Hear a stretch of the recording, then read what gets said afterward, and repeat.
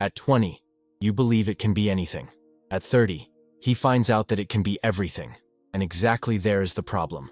It is not a lack of options that paralyzes you. It is the excess of them, added to the absence of a why, that makes everything make sense. Viktor Frankl, a survivor of the Nazi concentration camps and creator of logotherapy, dedicated his life to understanding a fundamental question. Why do some human beings find the strength to continue living even in the extreme circumstances, while others collapse in the face of seemingly smaller problems? The answer, according to Frankl, is not in search of happiness or pleasure. It is in the search for meaning. And it is exactly the absence of this sense that turns 30 years into an existential crossroads for so many people. It is no coincidence that you feel lost just when you should feel safer. You have more experience than at 20, more freedom than at 40, more energy you will have at 50, but you are also more aware. Sufficient awareness to realize that many of the promises they made have not been fulfilled. Frankl noted that existential emptiness, this feeling that life has no clear purpose, manifests itself mainly in three symptoms: boredom, conformism, and what he called Sunday neuroses. That anguish that arises in the moments of pause, when you stop running and ask yourself, where am I running after all? At 30, these symptoms intensify because you have arrived at a point where automatic youth answers no longer work. I'm studying to have a good job loses meaning when you already have the job. I'm working to be independent loses strength when you have already gained independence. And then comes the question that haunts, what now? Viktor Frankl would say this question is not a problem. It is an opportunity. This is the moment you can finally stop living the life others have drew to you and start drawing your own. Have you ever wondered why some people seem to have an unwavering internal force, while others collapse to the first obstacle?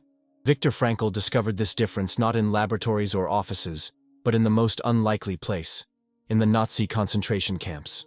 As a prisoner in Auschwitz, Theresienstadt, and other fields, Frankl observed something extraordinary. Among people subjected to the same extreme conditions of suffering, some were able to maintain dignity and willingness to live, while others surrendered to despair. The difference was not in physical strength, age, or even personality. It was in the sense that each one could find to continue existing. Frankl realized that those who survived mentally had something in common: a why greater than the suffering present. Some lived to rediscover the family, others to finish an important job, some to witness what they had witnessed. The specific content varied, but all had a transcendent reason to continue. It was from this brutal and deep observation that logotherapy was born, the therapy based on the search for meaning. Frankl concluded that the human being is not mainly moved by the pursuit of pleasure, as Freud believed, or the will to power, as Adler proposed, but by the will of meaning. And this is where your 30 experience connects with this fundamental discovery. You are living in a society that offers infinite possibilities for pleasure and power, but few opportunities of genuine meaning. That's why you feel lost, even though it has gained things that should make you happy.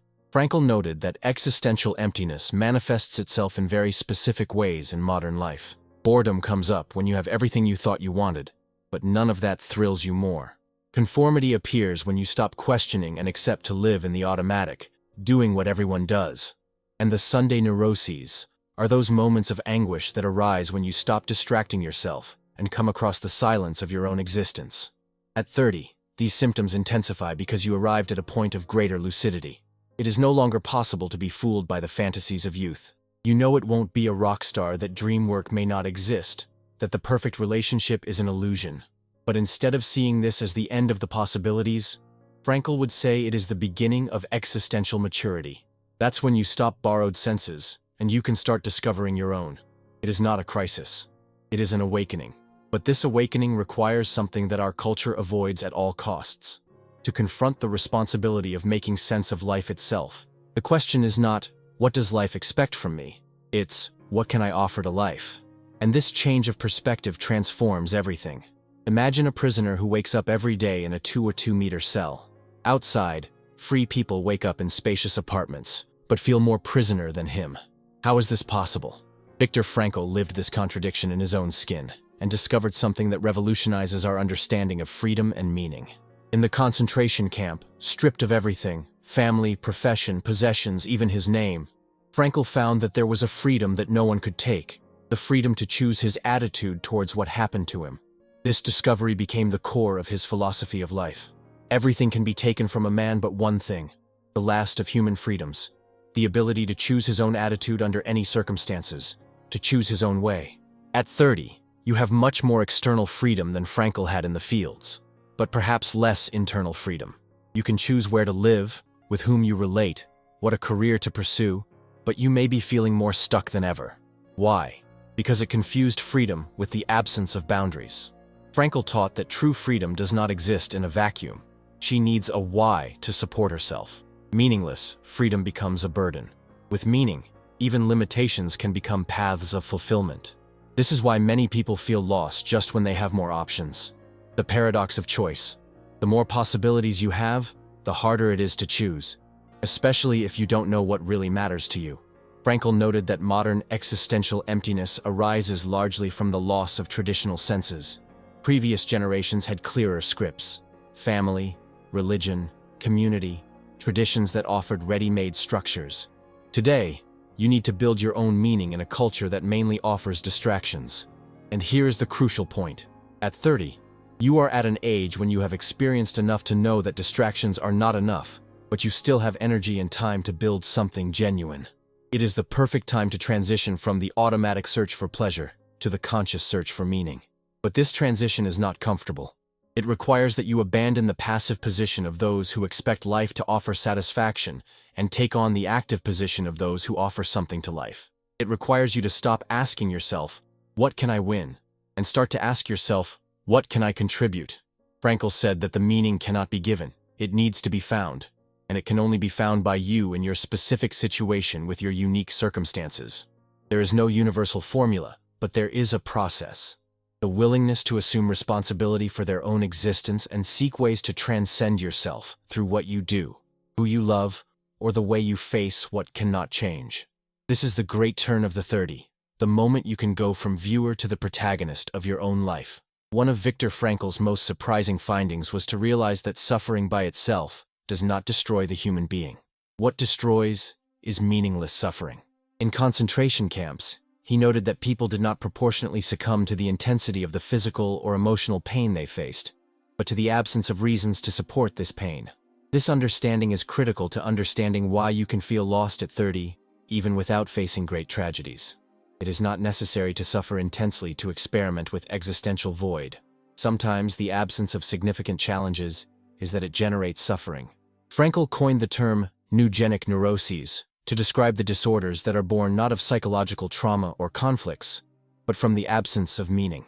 These are the cases of people who have everything working in life: health, relationships, career, money, but still feel empty, anxious, depressed. At 30, this is particularly common because it is when many of the goals that have moved their 20 years have been achieved. You graduated, got a job, perhaps a serious relationship, a home of your own. And then comes the amazing question: is that all? Frankl would say this question is not pessimism, it is maturity. It is the moment when you stop accepting borrowed senses, and you can start discovering your own. But here's the paradox. The more you seek directly, the more it seems to run away. Frankl called this hyper-reflection, the tendency to be obsessed with the very search for meaning to the point of losing contact with the real opportunities to find it. The meaning is not something you achieve, it's something you find out when you stop looking for him and starts to devote to something bigger than yourself. It can be a cause, a person, a project, a form of art, a professional mission. Specific content matters less than the authenticity of engagement. Frankl identified 3 main sources of meaning in human life. First, creative values. What you give to the world through your work, your creations, your contributions. It doesn't have to be something grand. It can be the way you educate your children, how you treat your colleagues, how it solves problems in your work. The important thing is to feel that you are offering something genuine. Second, experiential values. What you receive from the world through your meetings with people, nature, art, beauty, love. It is the ability to let themselves play for life, to be present at significant times, to cultivate deep relationships. Third, the attitudinal values. The posture you choose from what cannot change. As you deal with losses, limitations, frustrations, diseases. This is perhaps the deepest source of meaning because it is always available, regardless of external circumstances. At 30, you have access to all these sources. The question is, are you paying attention to them? Or are you so focused on seeking meaning that you have lost the ability to recognize it when it appears? There is a subtle trap in the way our culture addresses the question of the meaning of life. We transformed this into an individual search, as if each person needed to discover their unique and grand mission alone. Viktor Frankl had a different perspective. Meaning is not something you have, it is something you discover in the relationship with the world. Frankl noted that the most performed people rarely talked about finding their purpose. They simply dedicated themselves to things they considered important, and, in the process, found fulfillment. The meaning emerged from action, not from reflection. This is especially relevant to 30, when you may be paralyzed by the pressure of discovering your passion or finding your life purpose. Frankl would say that this pressure is counterproductive. Instead of looking for a great abstract sense, look for concrete opportunities to contribute, to connect, to grow. The meaning need not be universal or eternal. It can be situational and temporary. It may be in helping a colleague with a difficult project, taking care of a sick relative, learning a new skill, improving some aspect of your community. Frankl believed that the human being is not primarily focused on himself, but oriented towards something out of himself. He called it self-transcendence, the ability to go beyond his own immediate interests and engage with something greater. Paradoxically, it is when you stop focusing so much on yourself that you find greater personal fulfillment. That's when you genuinely dedicate yourself to someone else, cause or creation that finds out who you really are. At 30, this can mean a radical change in perspective. Instead of wondering, what do I want from life? Begin to ask, what is life asking for me now? Instead of, how can I be happier? Ask, how can I be more useful? This change is not naive altruism. It is existential pragmatism. Frankl found that people who dedicate themselves to something beyond themselves not only contribute to the world, but also experience greater personal satisfaction, greater stress resistance, and greater ability to deal with adversity. The great irony is that the happiness you seek directly tends to escape, but the happiness that arises as a consequence of a meaningful life tends to be more lasting and deep. But beware, this does not mean suppressing your personal needs or desires. It means framing them from a greater perspective. You may want professional success, satisfactory relationships, financial security, but these goals gain another weight when they are connected to a broader sense. Work is not just a way to make money, but a way to contribute. Relationships are not just sources of pleasure, but opportunities for mutual growth. Money is not just security, but freedom to make choices aligned with your values. At 30, you have enough maturity to make these connections. The question is, are you willing to assume the responsibility this implies? Viktor Frankl made a crucial distinction between responsibility and guilt. When you assume responsibility for your own life, you are not blaming yourself for everything that went wrong in the past. It is empowering itself to influence what will happen in the future. This distinction is fundamental for those who feel lost at 30. It is common at this age to take stock of life and feel guilty of the choices that were made or are no longer made. I should have studied something else. I should have finished that relationship before. I should have saved more money. Frankl would say that this guilt is unproductive. The past cannot be changed, but its attitude toward the past can. And it is this attitude that will determine how you will use experiences, both hits and errors, to build a future with more sense. Existential responsibility does not mean that you control everything that happens to you. It means that you always have some control over how it responds to what happens. This answer is where your fundamental freedom resides. By 30, you have probably faced some situations that you could not control: economic changes, terminals of relationships, diseases, deaths, missed opportunities. The question is not whether these things happened, but how you chose to deal with them and what you have learned in the process. Frankl noticed that people who turn growing adversities have a common feature. They don't wonder, why this happened to me, but, what can I do with it now? What happened? This change of focus from why to how is liberating. You stop spending energy trying to understand why life has not followed the script you imagined, and start using this energy to write a new script based on the current reality. This is not conformism. It is creative realism. It is to accept the circumstances as a starting point, not as a final destination. Frankl believed that each person has a unique vocation, not in the sense of a specific profession, but in the sense of a particular way to contribute to the world. This vocation is not discovered in a mystical revelation, but built through conscious choices and genuine engagement. At 30, you have enough information about yourself to start identifying patterns. What energizes you? What drains you? What kind of contribution you can do naturally? Where your talents meet the needs of the world? But beware, your vocation need not be your profession. It may be in the way you perform your profession, in the relationships you cultivate, in the activities you develop out of work, in the way you face personal challenges. The important thing is to recognize that you are not just a viewer of life itself. You are her co-author. And like every co-author, it has both freedom as responsibility. At 30, this feeling of being lost can actually be the sign that you are ready to assume this role of co-authorship. It is when you stop expecting someone or something external to give meaning to your life and assume responsibility to build that meaning. Is it scary? Yes. But it is also liberating, and it is deeply human. One of the hardest things to accept in the search for meaning is that it is not constant. Viktor Frankl understood that the meaning of life is not a unique and definitive discovery, but a continuous construction that needs to be constantly renewed. This is especially important to understand at 30, when you may be expecting to find your vocation once and for all, and follow a linear path from then on. The reality is that the sense evolves as you evolve, and according to the world around you.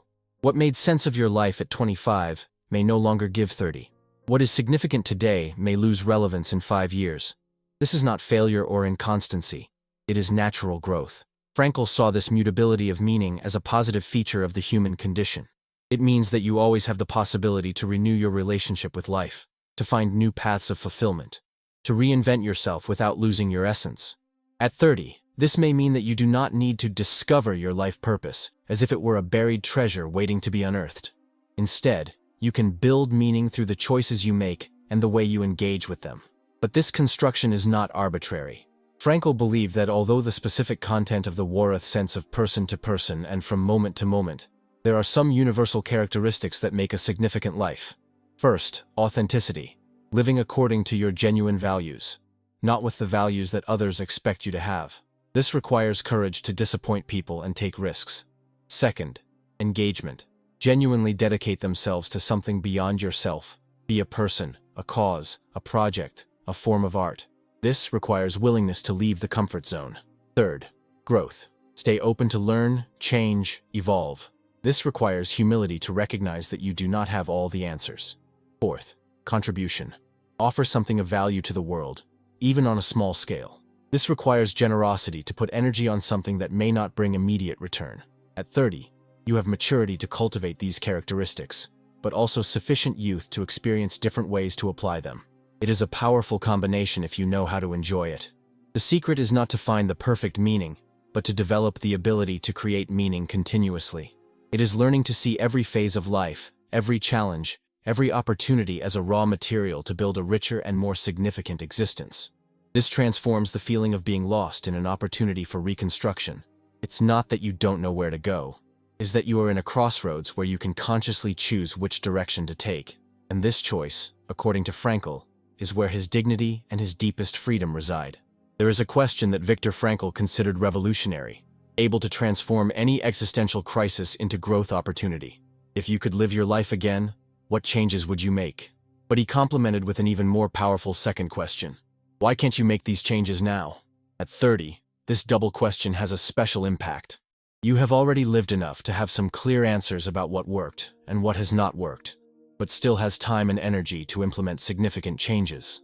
Frankl noted that many people feel trapped not by the objective circumstances of their lives, but for the narratives they built on these circumstances. It's too late to change career. I can't disappoint my family. I've been in this time to give up now. These narratives, however understandable, can become self-inflicted arrests.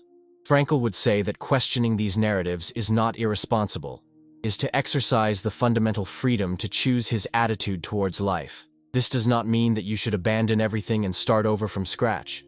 It means recognizing that there is always some space for adjustments, however small, and that these small adjustments, accumulated over time, can lead to deep transformations. Frankl believed that the human being has an extraordinary ability to find meaning, even in the most limited situations. If he could find purpose in a concentration camp, you can certainly find paths of fulfillment within your current circumstances.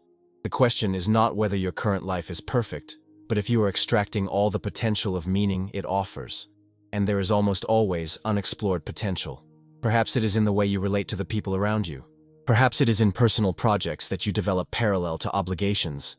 Perhaps it is in the way you face everyday challenges. Frankl said that the meaning sometimes hides in the details of daily life, in genuine conversation with a colleague, in extra care with a seemingly insignificant task, in choosing to maintain dignity in difficult situations.